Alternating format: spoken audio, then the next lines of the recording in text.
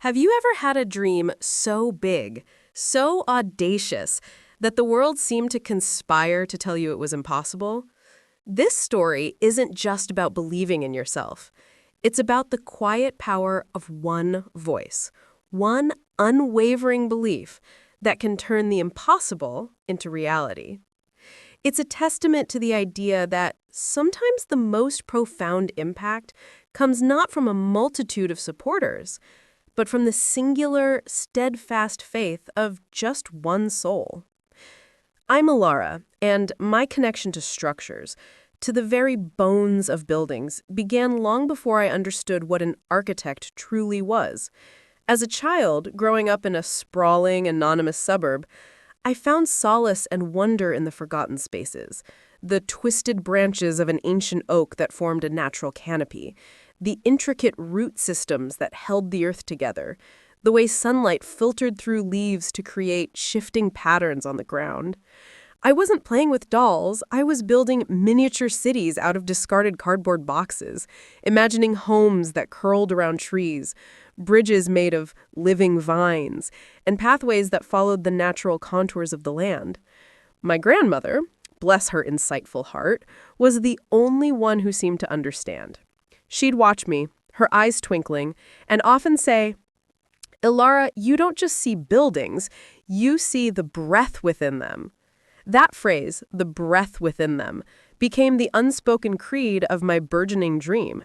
My passion wasn't just to erect walls and roofs, it was to sculpt experiences, to create structures that felt alive, breathing, and connected to nature in a profound, almost symbiotic way.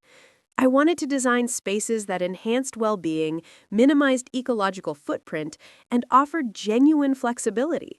Homes that could grow and adapt with their inhabitants, made from recycled materials, powered by renewable energy, and seamlessly integrated into their natural surroundings, almost as if they had sprung from the earth itself. It was a vision for modular, sustainable, truly organic architecture, a radical departure from the steel and glass behemoths that dominated the urban landscape. For years, after graduating with a degree in architecture that felt both fulfilling and constricting, I toiled away in a reputable but ultimately conventional design firm in the heart of the city. My days were spent drafting blueprints for office blocks that mirrored every other office block, designing luxury apartments that prioritize sleek aesthetics over ecological harmony. The air in the firm was always crisp with the scent of freshly brewed coffee and the faint metallic tang of new blueprints. But beneath that veneer of corporate efficiency, I often felt a deep, unsettling disconnect. My true passion, that vibrant, living vision for architecture, remained a secret, confined to the worn pages of a single sketchbook that rarely left the sanctuary of my backpack. Each evening, I'd return to my small apartment, nestled on the fifth floor of an old brick building, the city lights painting a familiar, somewhat indifferent canvas outside my window. There, under the warm glow of a desk lamp, I would dive into my clandestine designs, fueled by endless cups of chamomile tea and an unshakable, though often wavering, belief that there simply had to be another way to build. The city, with its relentless pulse and towering ambition, felt at once like a muse and a prison. I loved its energy, the diverse faces hurrying by, the symphony of street sounds, but I also felt its immense pressure to conform, to sacrifice originality for profitability. My colleagues were talented, efficient, and well-meaning, but their conversations often revolved around budgets, deadlines, and client expectations that rarely ventured beyond the conventional.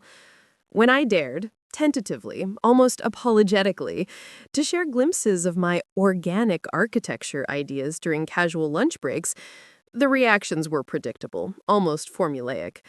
A raised eyebrow here, a polite but firm shake of the head there. "Too expensive, Ilara," they'd say, stirring their lattes. "Too niche. Clients want practicality, not poetry.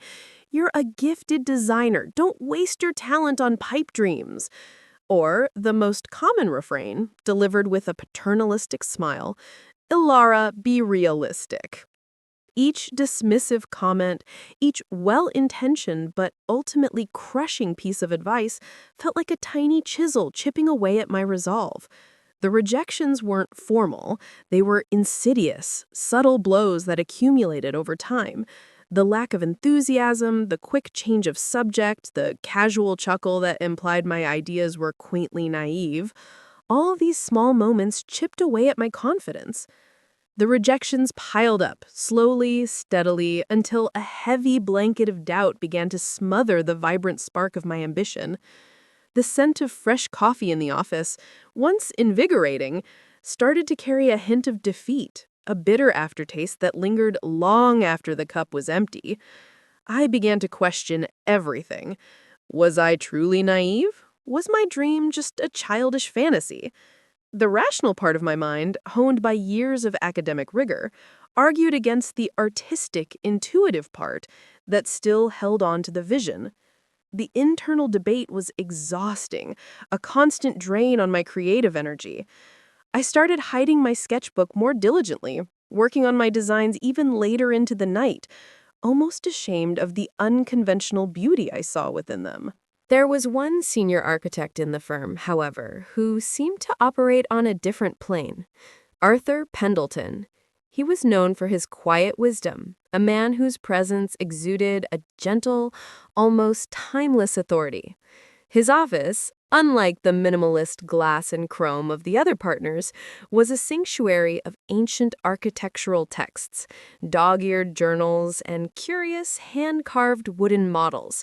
The air around him always carried the faint, comforting scent of old paper and something herbal, perhaps lavender. He wasn't overtly friendly, nor was he particularly social, but there was an intensity in his gaze that suggested he saw far more than what was on the surface. I rarely interacted with him directly, feeling too junior, too insignificant, to approach such a venerable figure with my wild ideas. One particularly disheartening Tuesday afternoon, after yet another meeting where my organic designs, which I had dared to present as abstract concepts for a new community project, were met with polite condescension and quickly sidelined in favor of a more scalable and market-friendly proposal, I found myself retreating to the break room. The fluorescent lights hummed with an almost malicious cheerfulness as I stared blankly into my lukewarm herbal tea. I pull out my sketchbook, not to draw, but simply to hold it, to feel the familiar weight of my hopes and dreams in my hands. A silent storm brewed inside me, a tempest of frustration, self-doubt, and a potent, burning anger at the apparent impossibility of my vision. I was ready to give up. I truly was. The thought of burning my sketchbook, of resigning myself to a life of conventional design, was disturbingly appealing in that moment of despair. Arthur walked past the break room, on his way to his office. He paused, his gaze, usually fixed ahead, flickered towards me, then to the open sketchbook resting on the table. Without a word, he changed his trajectory and slowly, deliberately reached for it. My heart pounded a frantic rhythm against my ribs. This was it, I thought, bracing myself for the inevitable. Another polite dismissal, another well-meaning critique about practicality, another suggestion to focus on real-world projects. My cheeks flushed with shame, convinced he would see my designs as frivolous, perhaps even childish. But Arthur didn't dismiss. He sat down opposite me, his movements slow and unhurried. He adjusted his spectacles, his silver hair catching the dull light, and then, with an almost reverent gentleness, he began to turn the pages of my sketchbook. He didn't speak. He didn't offer a single comment or a fleeting judgment. He simply looked. His gaze was intense, curious, unwavering, tracing the intricate lines of my modular designs, the detailed sketches of living roofs, the cross-sections of rainwater harvesting systems integrated into flowing walls. He spent a full 10 minutes absorbed in my world. in the silent language of my drawings. The soft rustle of the pages was the only sound in the otherwise quiet break room. Finally, he looked up, his eyes meeting mine. A faint, almost imperceptible smile played on his lips, a smile that held more understanding than any words could convey. "Oh, Laura," he said, his voice soft but firm, a low rumble that resonated deep within me. "This isn't just architecture. This is a philosophy. This is what architecture should be, what it must become." My breath hitched in my throat. I had expected criticism, condescension, perhaps even pity. Not this. Not profound, unqualified recognition. He then added, his voice gaining a quiet intensity. "Everyone will tell you it's impossible. They'll tell you it's too grand, too expensive, too far ahead of its time.